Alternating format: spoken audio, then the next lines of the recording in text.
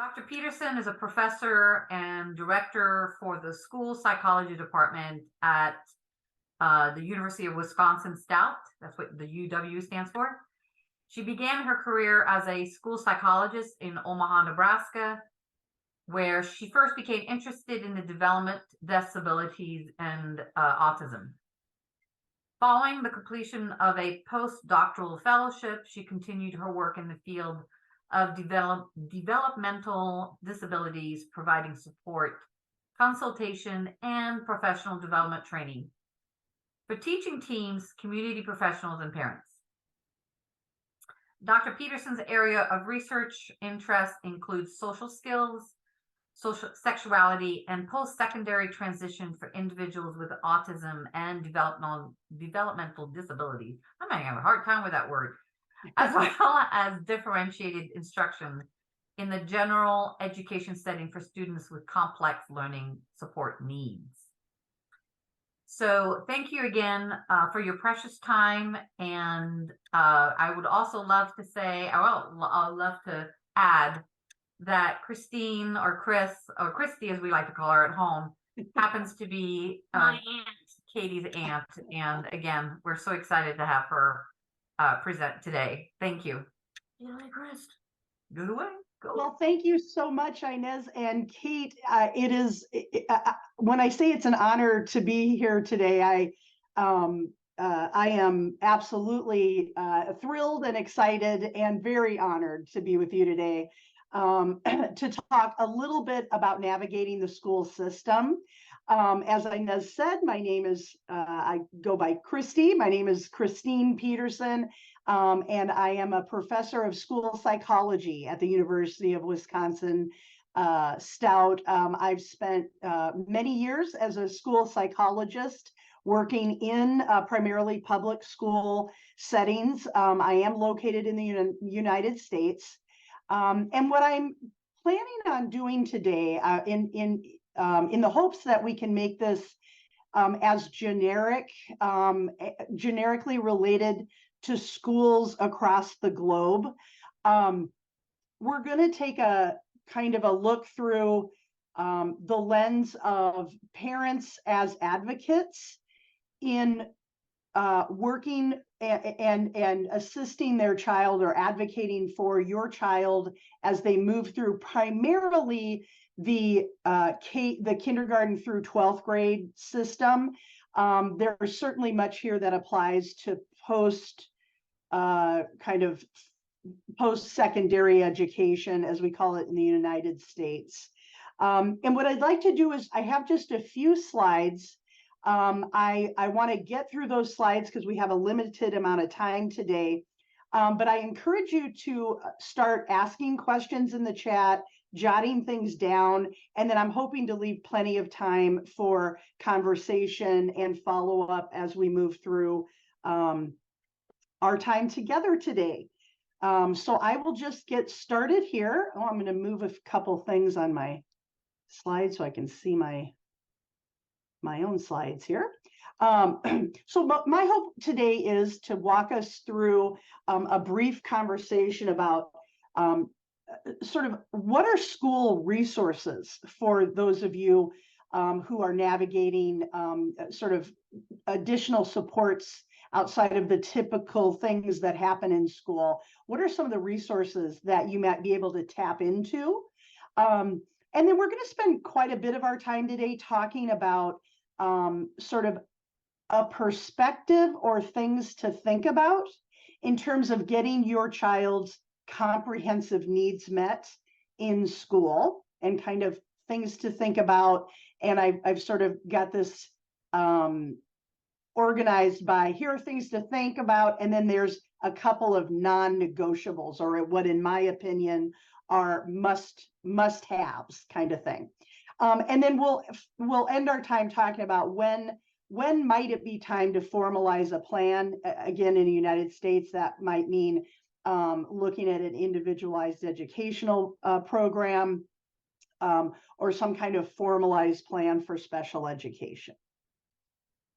So where do we start? So many, you know, and this applies to when your child starts in school. It applies to when you make a move, either from elementary to middle school, or from, from primary school to secondary school. It applies when you move from one location to another. We always feel like we're kind of starting over in terms of what resources are there to help us in our child's individual needs. So this is not an exhaustive list, but things and people and roles that you might want to consider, or that you should consider, as you are kind of onboarding your child for a good school year. You may have a special educator that acts as a case manager, or someone in the special ed realm who can be a resource to reach out to. Your school may have a school psychologist, like I spend my time in the schools, or a school counselor. These are different positions, but they're both different kinds of resources that might be a part of your team. And then there are many specialists that you may need based on your child's individual needs. That there might be occupational therapy or physical therapy needs, speech therapy needs, communication specialists, and so on and so forth. There may be, depending again on your child's particular needs, there may be a need to have a school nurse or a medical professional who is consulting around your child and perhaps on their team. And then oftentimes when we're meeting about a child who has maybe particular needs, a school principal or a related administrator is oftentimes also part of that team. I would say the non-negotiable person on this in this realm would be your grade level teacher. And that applies regardless of where your child may fall. Some of you may be parents or maybe individuals whose education happens or happened primarily in what I call general education. So just typical first grade or the general fifth grade classroom.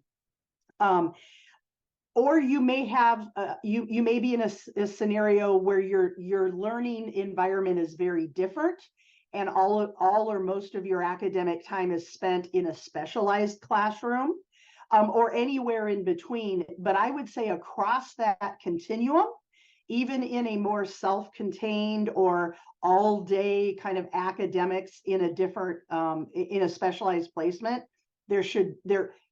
non-negotiable, there should be a grade level teacher that is assigned to your team and to your child, and working with that larger team to meet their needs. And I can elaborate on that in a little while here. So once you have an idea of plugging into even one of those school resources, which generally then will lead to probably a bigger team that is working together to support the needs of your child. I would say your first job, number one on the list, and I would recommend that this is something you do every year as you move from teacher to teacher, even if you're in the same school setting, is to establish a line of healthy communication with that point person and eventually that team. Introduce your child once that team is put together. Listening to Elise, she made a similar recommendation about having that kind of one-page bio.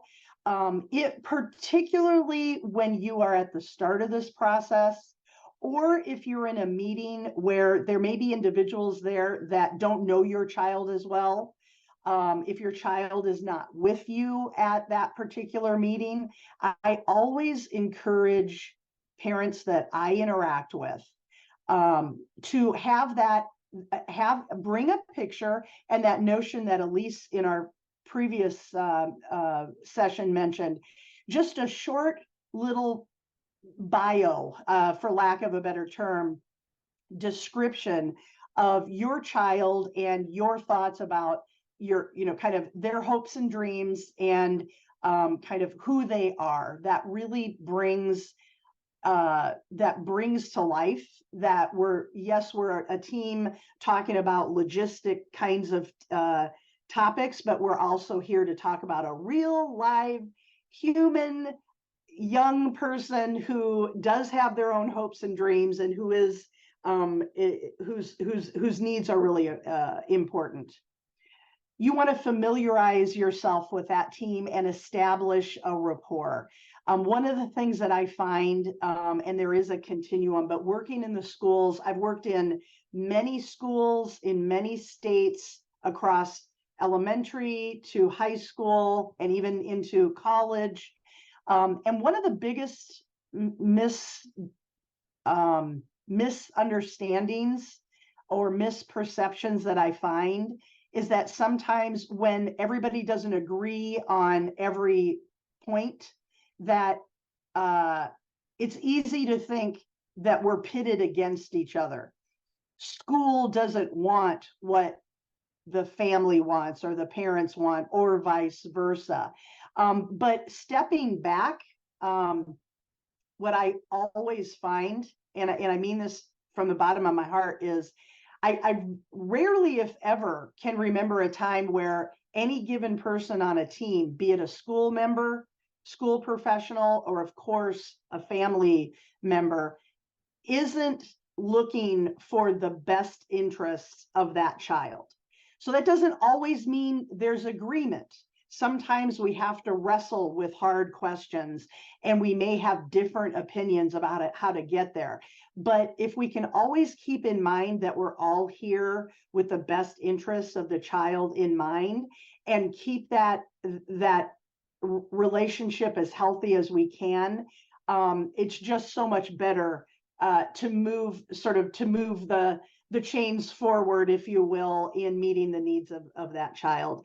And then at the beginning of the year, the very first thing you want to do is just establish with the team and kind of calibrate or talk about what your basic expectations for the year are. And I'm not even talking nitty gritty details. I'm talking about things, again, that were consistent with what Elise was mentioning just in her prior session.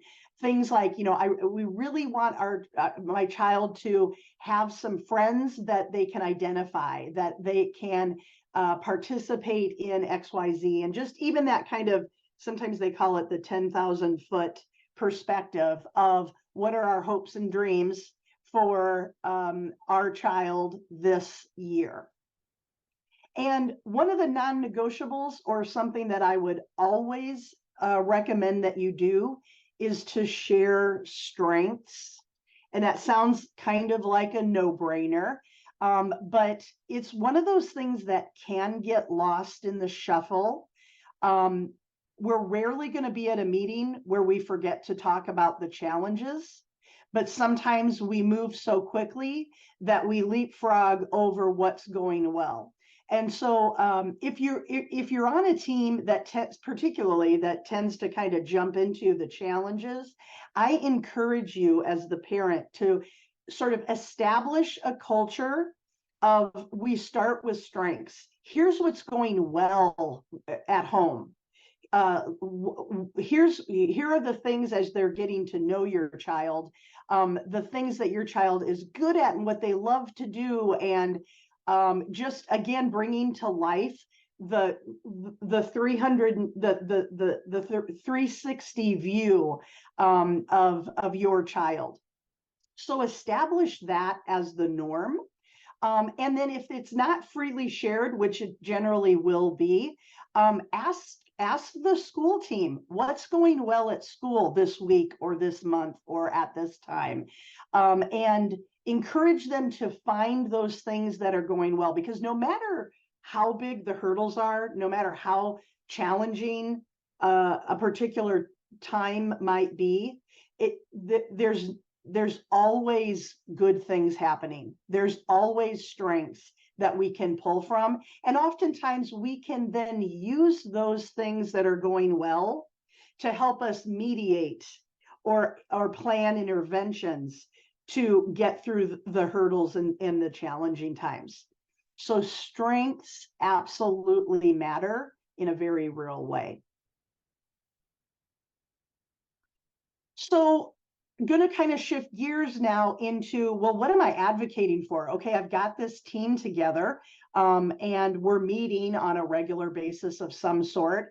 But what do I as a parent want to hear about and want to kind of advocate for in terms of a comprehensive school plan?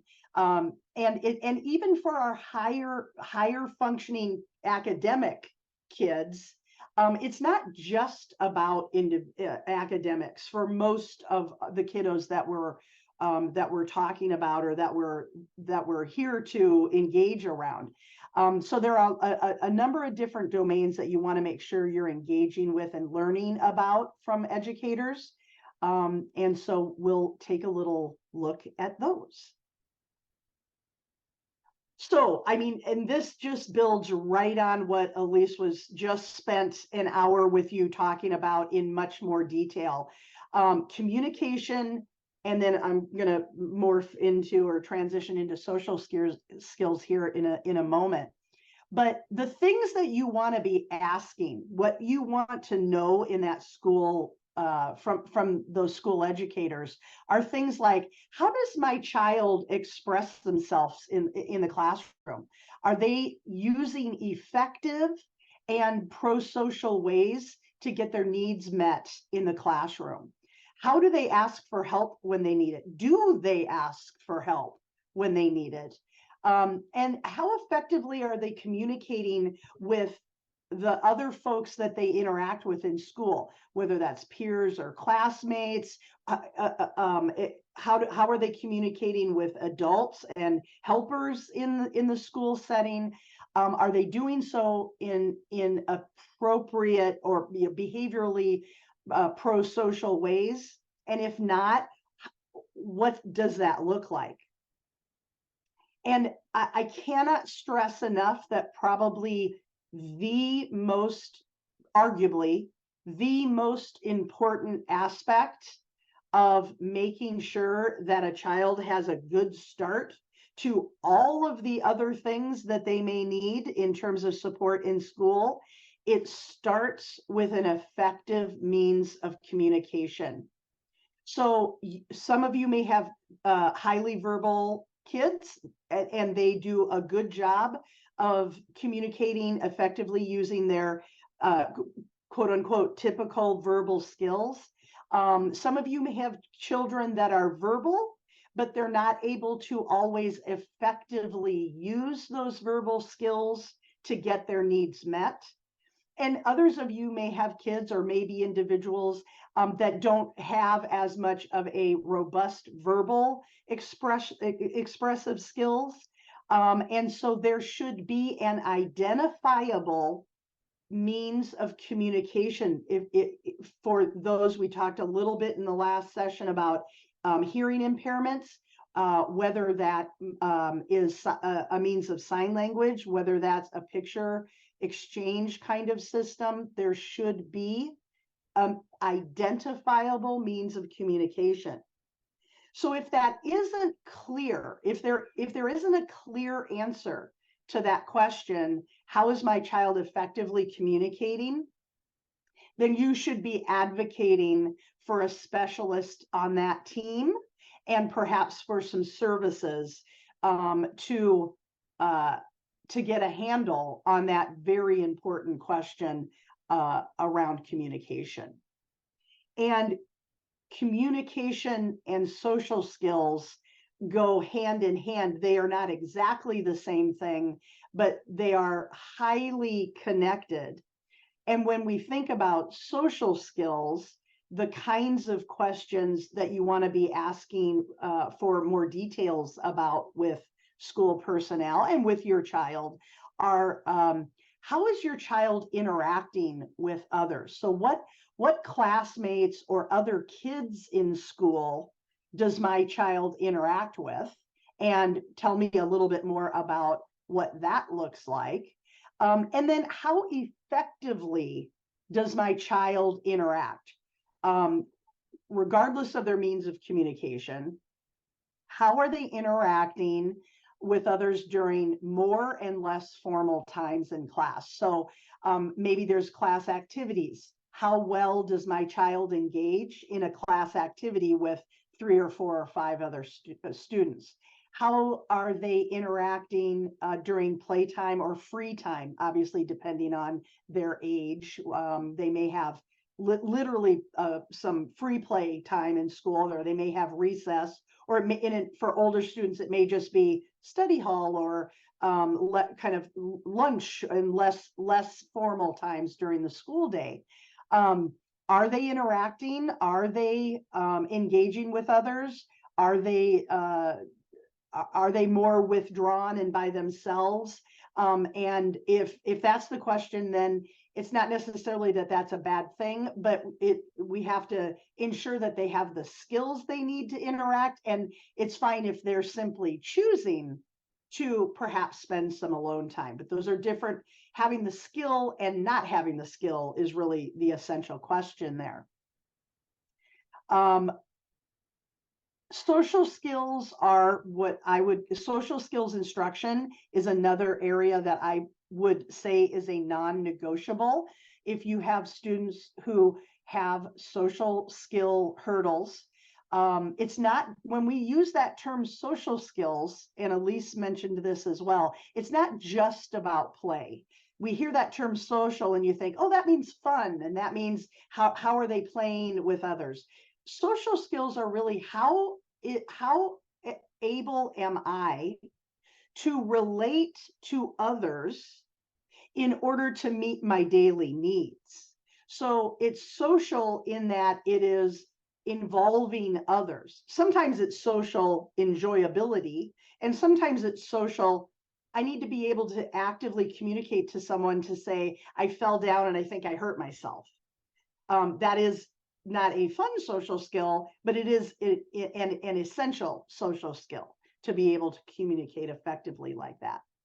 And if there are social skill deficits or areas of need, then your child should be receiving what we call direct instruction to address those skills. So just those couple of examples, asking for help or sharing with another. Those are skills that if they're lacking those age-appropriate skills, and those are targets for your child, then we should be addressing those just like we teach reading, just like we teach math and other academic skills. Those should be areas that we are carving time out during the school day to actively teach and directly instruct. I mean, you can use your team to, and I wish we had more time to, go deeper with those things, but I consider that, and that should be considered what I would call a non-negotiable. For some of you may have kids where their social and communication skills are not an issue. That's great.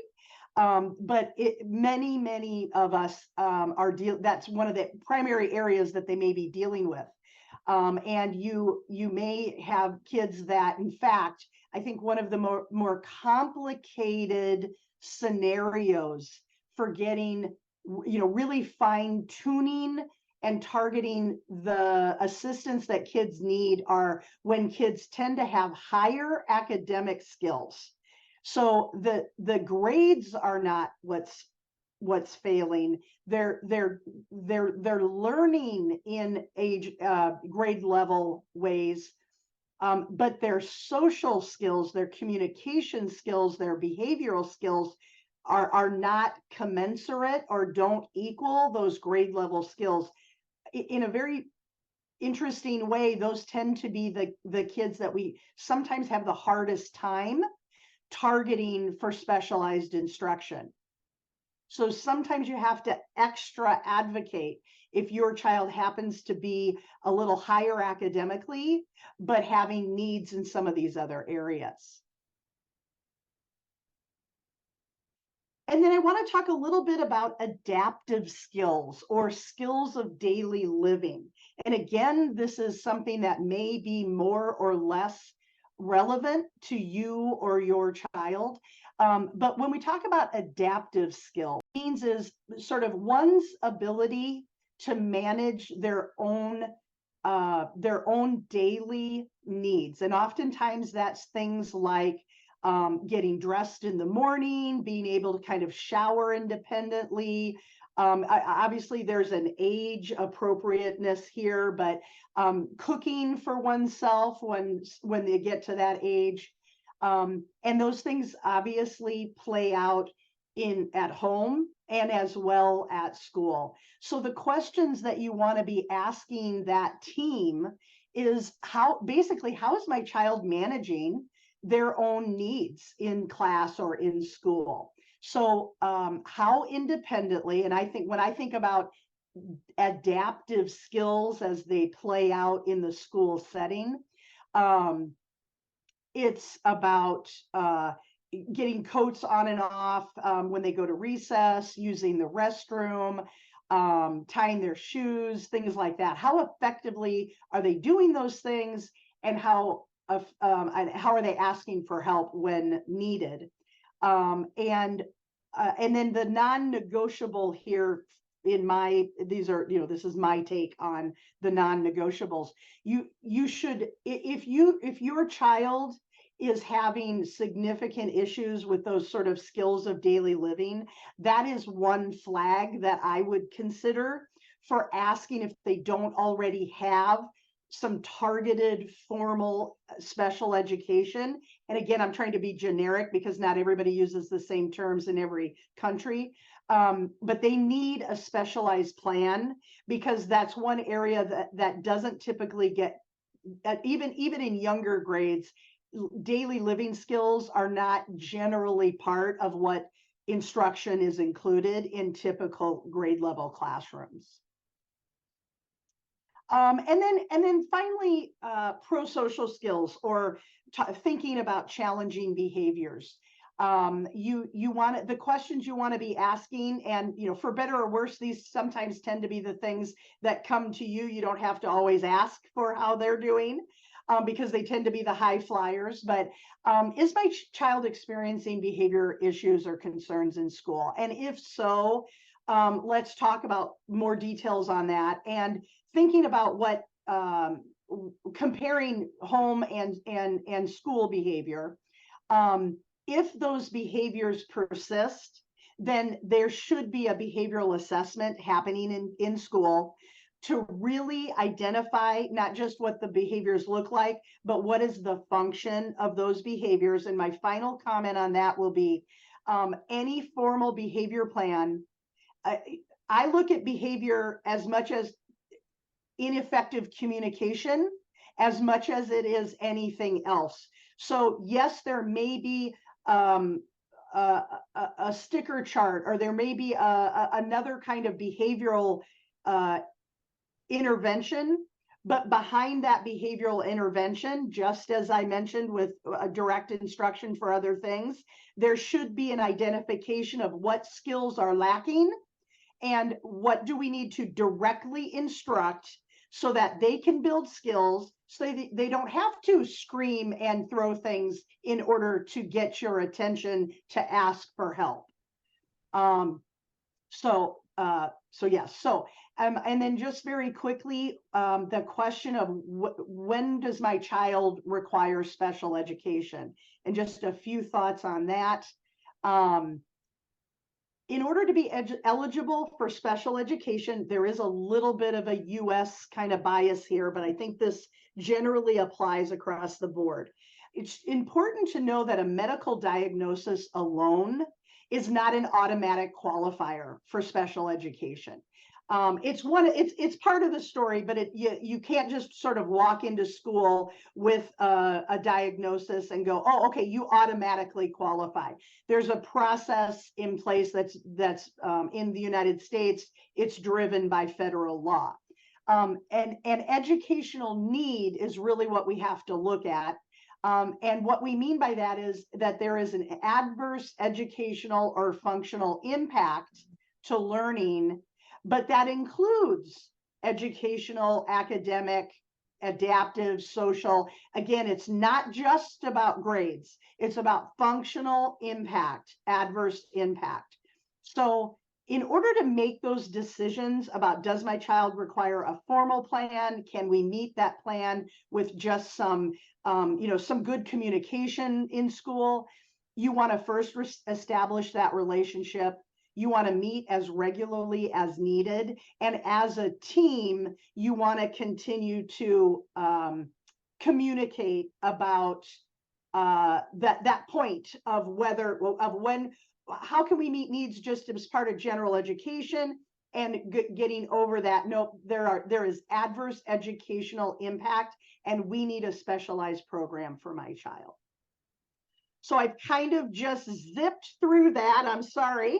I could talk forever and ever, but I know we just have a few minutes here. I'd love to hear any questions or engage in conversation to the extent that we have time. Oh, we have some questions, Christy. You just hold your horses. Hold your horses.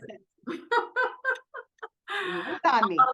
Okay, so our first question for you is, how do we know if our child's needs are not being met if they're nonverbal or have verbal limitations?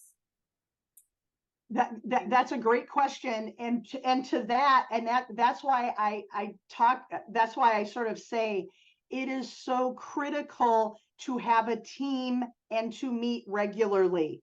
And if you are just asking, and I don't know if you can share these slides, I'm kind of looking Kate's direction.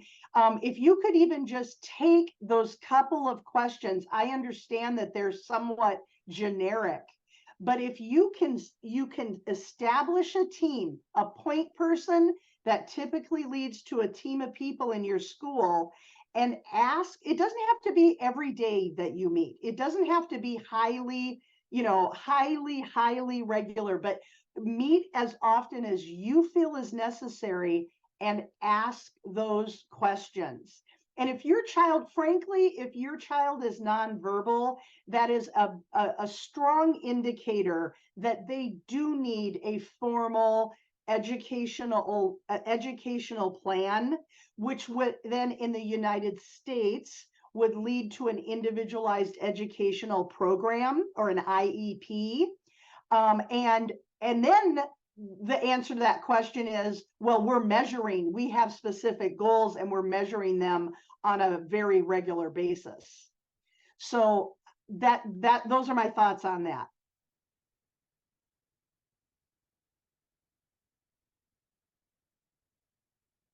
Oh, I'm sorry, Inez, I can't hear you. No, I know, because I'm muted. I'm muted. I mute myself so I don't make noises while you're talking. And as usual, I forgot to unmute myself. You mentioned some techniques like flashcards.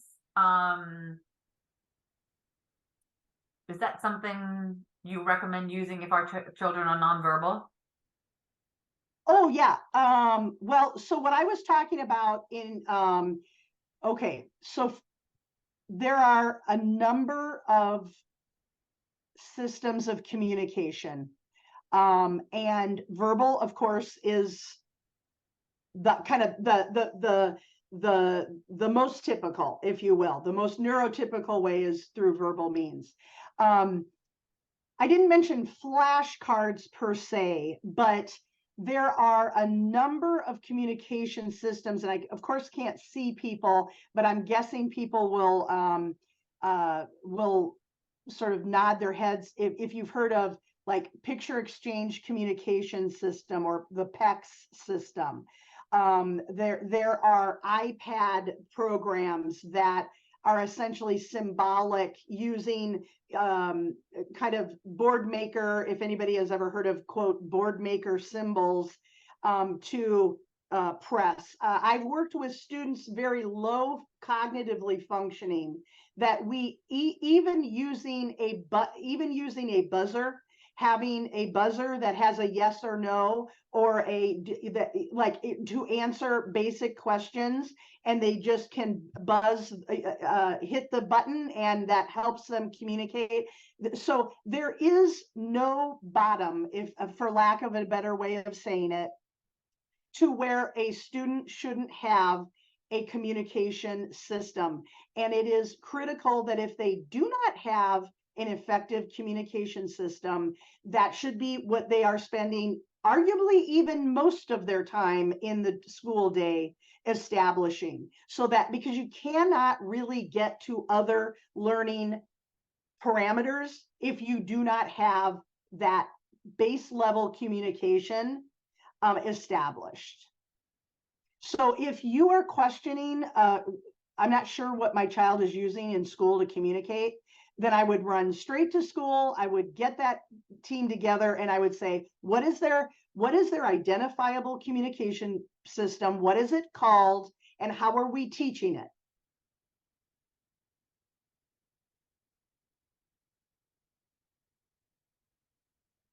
All right, thank you, Christy. Couple more questions is, how can parents feel more empowered if their child's school is not responsive to their needs? Gosh, it's frustrating to even think about that. And I'm sorry if you're feeling that that those lines of communication are not more easily established.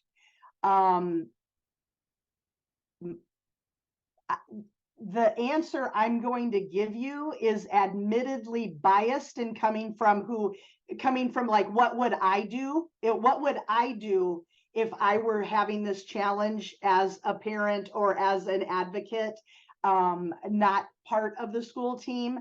I would be killing them with kindness, if you will. I would be maybe asking for an after school meeting with either the grade level teacher, or if you do have a special educator, I might bring a small thing of donuts and I might say, let's just talk about where, like, find some one person. It doesn't matter at this point if even getting in is the hard part. I don't care what person it is. It could be the principal, it could be anybody. Have a meeting just with them.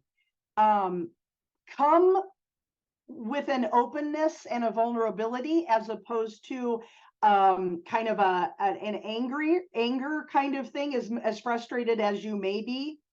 And then vulnerably open yourself to say, I'm so concerned about my child. I want them to get every second they can pull out of the school year, and I'm feeling stuck. And how can you help me get over that hurdle? And just keep trying. And I'm sorry if you have to do that. You shouldn't have to do that.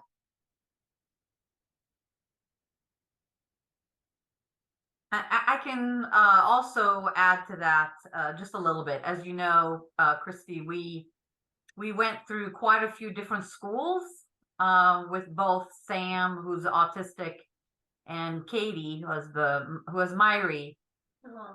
And we moved so many times for both kids. We received different levels of support. It was much harder with Sam in the beginning because he was at the forefront. If you remember, I do.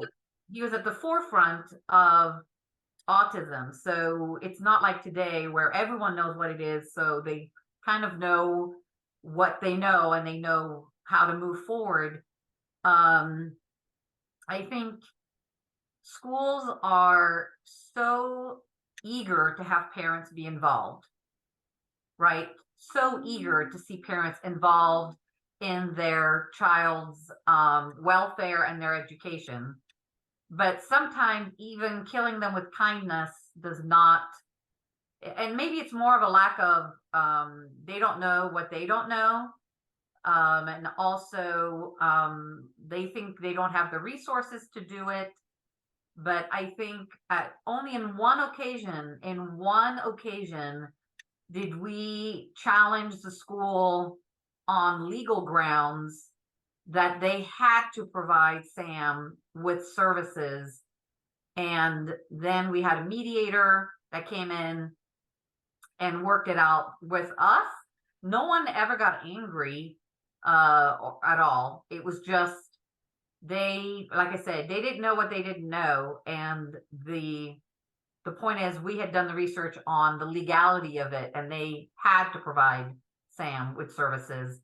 Again, he set kind of the groundwork for Katie, but if you've killed them with kindness and you've done everything you can, find out if they are within the law and following, because some schools can do that. They can, Well, and Inez, I mean, not be educated. You bring up a really great point, and I didn't bring a lot of that into this just because of, again, the international flavor, but yes, and not only do you have legal rights as a parent, actually the school should be sharing those with you, especially when if you have a child with special needs. They should be letting you know. I worked in Omaha Public Schools in Nebraska. We had an entire folder that we would give parents. They did a great job of letting parents know what their rights legally and otherwise were in the process. Some schools do that better than others, and you're absolutely right, Inez. When you can't, if you're not breaking through, then you do have to maybe do some of your own research and find out what your legal options are, for sure.